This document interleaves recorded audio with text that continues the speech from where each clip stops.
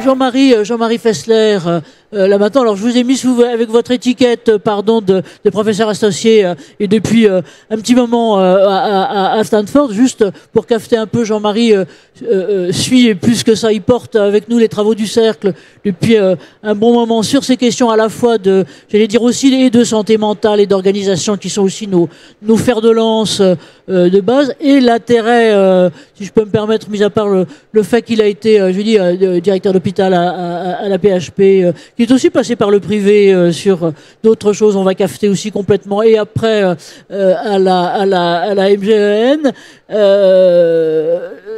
C'était votre expérience internationale qui était, sur laquelle on souhaitait vous interviewer aujourd'hui. Et alors ça montre bien la modestie de Jean-Marie, c'est que l'exemple qu'il va prendre n'est pas celui de Stanford, mais celui de la Mayo Clinic. À vous, Jean-Marie. Merci. Bonjour à toutes et tous. Je vais vous inviter à un bref voyage dans une ville introuvable des États-Unis qui est dans le Minnesota, qui est Rochester. 120 000 habitants. Sur le menton en bas, voilà. Alors, c'est la ville qui porte le meilleur hôpital du monde, enfin classé comme tel, depuis 7 ans de suite. Évidemment, tout le monde se demande...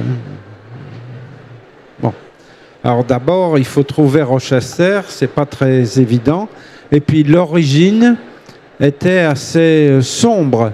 Il y a eu une tornade qui a ravagé la ville en 1883. Et puis, 3 chirurgiens, le père et ses 2 fils, la famille Mayo, ont décidé de créer une clinique. Il n'y avait rien à l'époque. Donc la Mayo Clinic, c'est 1889. Et aujourd'hui, c'est considéré comme la meilleure qualité hospitalière au monde. Bon. Alors, comment c'est arrivé? D'abord, ils ont toujours intégré soins, recherche et enseignement. Ensuite, ils ont multiplié les liens avec les autres, d'abord aux États-Unis et ensuite dans le monde entier. Depuis 1907, le dossier médical individuel unique existe. Bon, évidemment, tout ça est numérisé aujourd'hui. Hein. Alors, en même temps, ils ont utilisé des atouts qui sont liés à la géographie des États-Unis. Hein. Il n'y a pas de diplôme d'État, donc les universités sont en émulation entre elles. La majorité des hôpitaux, plus de 50%, sont privés à but non lucratif. Hein, on retrouve les statuts de Foch et de l'Institut Gustave Roussy, bien sûr. 75% des médecins américains sont salariés. Bon. Voilà. Et puis la loi impose de prendre les patients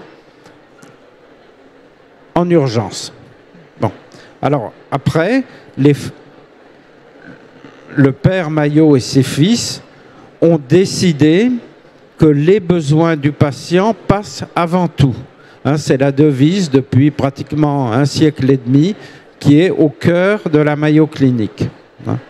Et puis la doctrine actuelle en innovation, c'est voir grand, commencer petit, agir vite. Donc ils sont extraordinairement bien organisés. Hein. Les urgences ne sont par exemple jamais le sas d'entrée dans les services spécialisés. Non. C'est-à-dire, on s'organise et on évite un certain nombre de perturbations, d'impromptus, voire d'improvisation. Donc,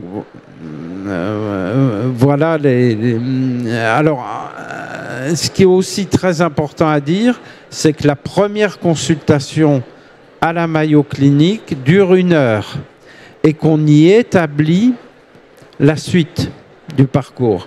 Alors d'autres dans le monde le font, hein, je pense en cancérologie en particulier, mais là, si vous voulez, c'est le côté systématique.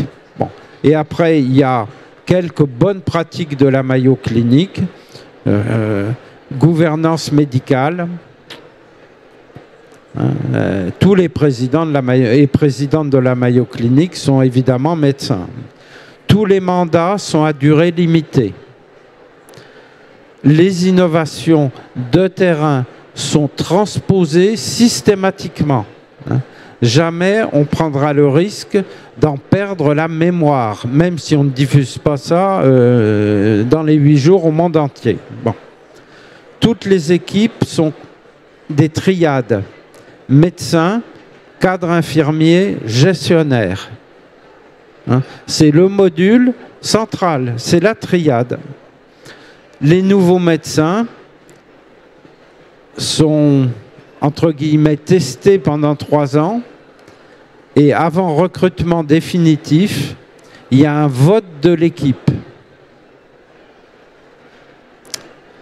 L'expérience des patients est promue et évidemment, et je termine par ça, la Mayo Clinique est labellisée hôpital magnétique, on va voir ce que ça veut dire, et organisation à haute fiabilité, ce qui est rarissime.